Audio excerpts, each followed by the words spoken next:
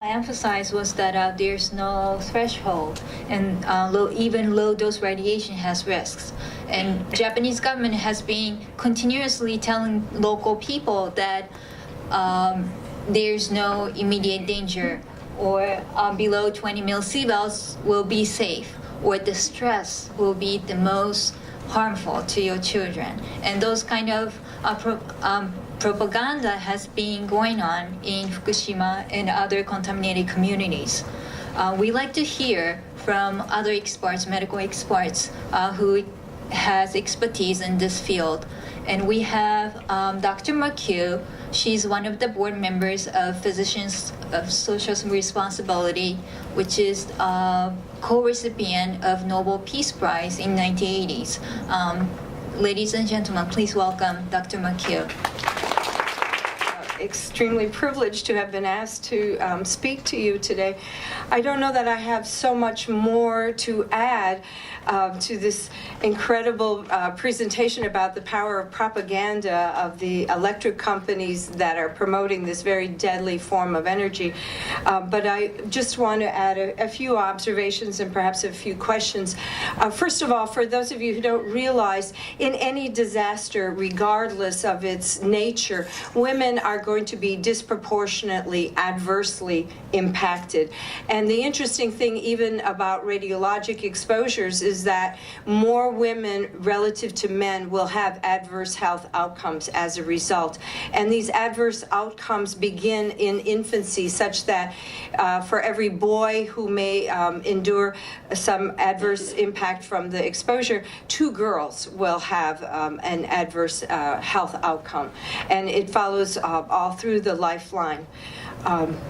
Is that when we see these pictures of the explosion, they're such iconic pictures. We've all got them burned into our memory at this point. And most people understand that there were these multiple explosions. A lot of people don't understand, as Dr. Tsukiyama mentioned, there is a 4th plant that is sitting waiting to be a disaster. And it is holding a couple hundred tons of radioactive material, kind of 100 feet up in the air. These pictures, because they're unpeopled, they don't quite get across how really big these explosions have been, and the fact that so much of the country was contaminated. Certainly Fukushima prefecture itself has the greatest amount of contamination, but it really exploded all over the country and literally all over the world as the wind carried the contaminants out over the ocean. And you've seen versions of this slide. And the thing I wanted to say about it is, or remind you and to reinforce, is that it's somewhat arbitrary and illogical, and it was contradictory, complex over time. And the thing that struck me very early on was hearing that the Americans were told to move further away and faster. So the attention was very mixed on the part of governments and agreements about what was going on, so that the people on the ground were getting a very mixed message of what was happening. But as Dr. Gatto mentioned, there has been quite a bit of investigation into what had gone on. And the bottom line is this was a disaster foretold, that this could not be really regarded as a natural disaster. Yes, the tsunami was quite incredible, but it was not an unpredictable tsunami. It should have been predicted. It should have been foreseen. It should have been prevented. That there were just gaping holes in regulatory and safety and emergency standards. This really amounts to reckless disregard for the human rights of all of those who were put in danger by both TEPCO and the collusion with the Japanese government. Yeah. I just wanted to show a picture. I mean, we're talking about the victims and what they have lost. And I have to say, I was just jaw-dropping impressed with how beautiful Fukushima is. I mean, it is just a tragedy to lose this beautiful land And it was the agricultural part of Japan. It was really the fourth largest agricultural production area with a population of about 2 million. And there were even then, impoverished elders, workers, farmers, but they lived in these really lovely multi-generational houses that are something we don't see in our country, but the sense of family, the sense of place is quite striking, and you don't get that all the time in these stories. So I just want to make sure that you realize what a really beautiful place it was. So there were some risks that people don't actually look at when they're just looking at the radiologic disaster per se. First of all, there's that huge toxic stew of modernity that was released by the tsunami and the earthquake itself. We tend to forget this was a major disaster even without TEPCO. And so debris and scattered chemicals were, put up into the air, into the water, and that in and of itself is a major disaster to clean up. And the chemical exposures from that are really difficult to evaluate. And then on top of that, you do have the population of 2 million, some of whom had chronic stable medical conditions, who suddenly are unable to access their healthcare needs, the chronic heart disease or diabetes or asthma or what have you that the local population had before this happened. And then because of all these contradictory messages that people were getting, there's a lot of psychological damage being done. The stress of not knowing really what is going on, of being relocated, of losing family. When you have these multi-generation families, they've been broken up. And then because of the changing status of the evacuation plans, many were relocated multiple times. And when they say there were no deaths, I mean there were deaths in the evacuation planning. So there have been multiple traumas to the population. And I think to many, the real blame obviously goes to the collusion between TEPCO and the government, because nobody was prepared. They didn't develop the most basic safety plans. They didn't prepare for containing the damage. They didn't develop evacuation plans. And I don't think this is only TEPCO or Japan. We live within a 50-mile zone of a nuclear power plant in Iowa. I have asked many of my neighbors, do you know how we would evacuate? Do you know what the plan is? Nobody knows. I mean, this is just a failure on the part of the nuclear industry all around the world. It is really a very, very nasty problem for all of us. And what really strikes me is the propaganda, the power of the propaganda, this public myth of absolute safety that nuclear power proponents have been nurturing over a very long time, such that we don't have adequate emergency response. We don't have an adequate healthcare system to respond. We don't have the ability of citizens and civilians to know how to respond. So this is a problem, and it was set up a long time before it happened. But with regard to women, over and above, as I mentioned, the disproportionate impact of the ionizing radiation.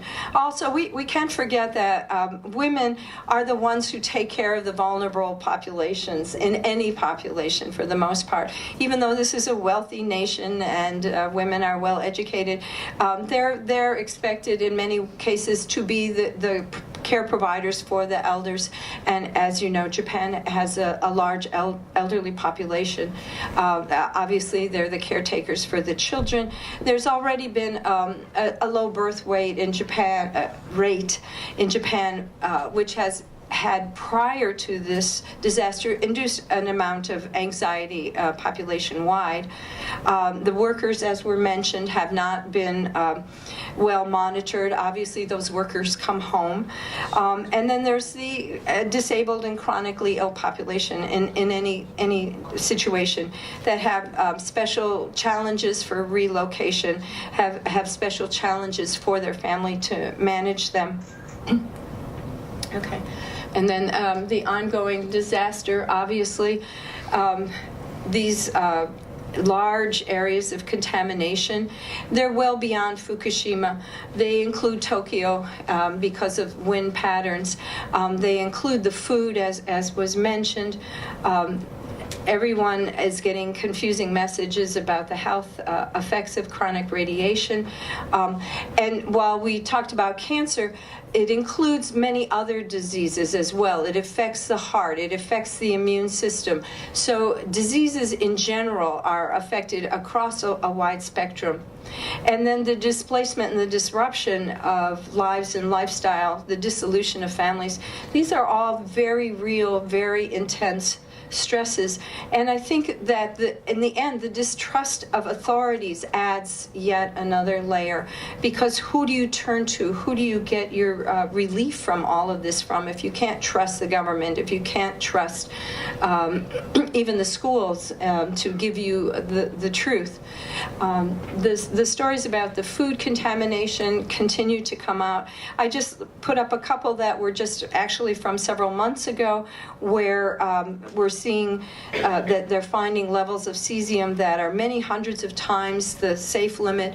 How does this affect a mother feeding her children? How does she know what to do? This is extremely concerning. And contamination with radio isotopes or radiologic material biomagnify as they move up the food chain, and they enter the food chain through water, through the soil, through the recontamination by moving things. And so they're going to be concerned about the food for a very long time. And when you ingest or when you inhale these radioactive materials, it has different effects in different parts of the body. So for the Japanese, most of the time we think of disasters having a beginning, a middle, and an end. But in the case of all of the cesium that's been dropped all over, as well as the strontium, as well as the iodine, etc., this invisible, odorless, tasteless contamination is going to be there for thousands of years. And it, as I mentioned, it moves up the food chain. So that induces this kind of dread that just lingers on and on for these people. It produces a kind of forever waste. There's no place to hide it. It's really not possible to decontaminate. They don't have the capacity to process it and dispose all the radioactive waste. It doesn't go away. It just keeps being recycled. Every time you move it, you open it up to the air again. And when I was talking about how really big those plants were, 4.35 million metric tons of waste from each area in the disaster. And then the thing that struck me maybe the most in visiting Fukushima is they're just taking up the soil and putting it in these plastic bags, and you see these plastic bags everywhere. I can't imagine what they think they're doing with those bags. And the topsoil, this is an agricultural area. Topsoil, it makes an inch every couple hundred years. You can't just take off the topsoil and continue to enjoy any kind of agriculture. I understand this is why the government wants people to go back here, but then what, once they're back there? And the other interesting kinds of headlines that have been coming out is, many of the mayors are saying they're not making progress. The physicians are feeling very stressed themselves. There isn't an adequate medical presence to respond to the stress of the people, to the concerns and the worries. So this physical and psychological sequelae seem to be actually getting worse somewhat over time. The disaster honeymoon, where everybody helps everyone, is really setting in. We are seeing reports of increasing cases of suicide, depression, alcoholism, and particularly, again, thinking about women, domestic violence. When things go wrong in the house, the woman gets the brunt of it, right? This is unfortunately a universal truth, and I think some of you may be coming from the other conference where that was discussed. Another peculiar thing that's happening is the women are trying to protect their children by keeping them indoors, and they're beginning to see increased rates of obesity in the children. Japanese children, by and large, have not been obese because they enjoy the outdoors, they are out walking around, but women are so concerned about their children, they're keeping them indoors. And there's this issue of comfort eating, which we all know about in this country, of course. And beginning to hear reports of social stigma, discrimination against people from Fukushima because they may be contaminated. For those of you who are part of the prior conference, I found it quite amazing. The Navy man who had done the flag and had very contaminated hands, joking around with his fellows until they realized his hands were contaminated. Everybody moves away from him. And this, again, is a very human response. And unfortunately, this is what the Fukushima people are beginning to experience. And we're seeing this term, women as damaged goods, that prejudice against women in general is so pervasive, but that now we're seeing, people from Fukushima should not get married because the deformity rate of children will skyrocket.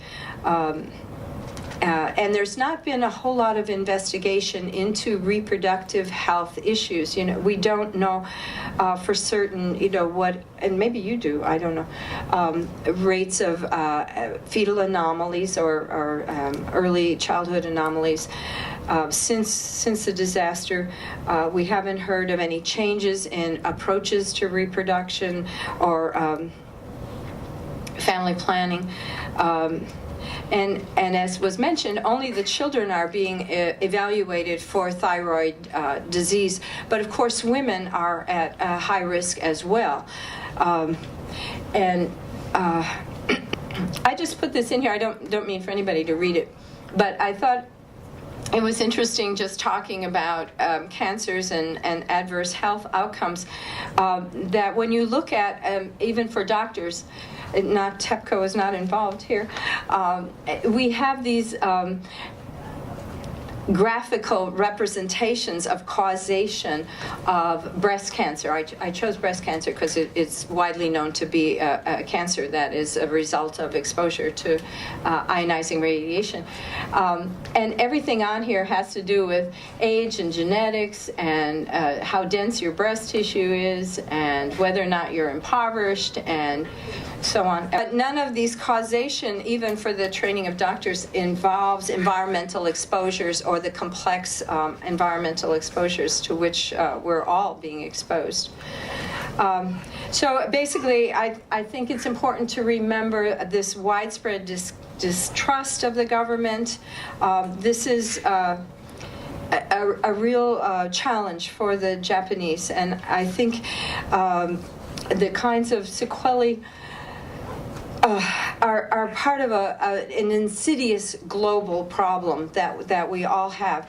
And I just want to get through these really quickly because my time is up.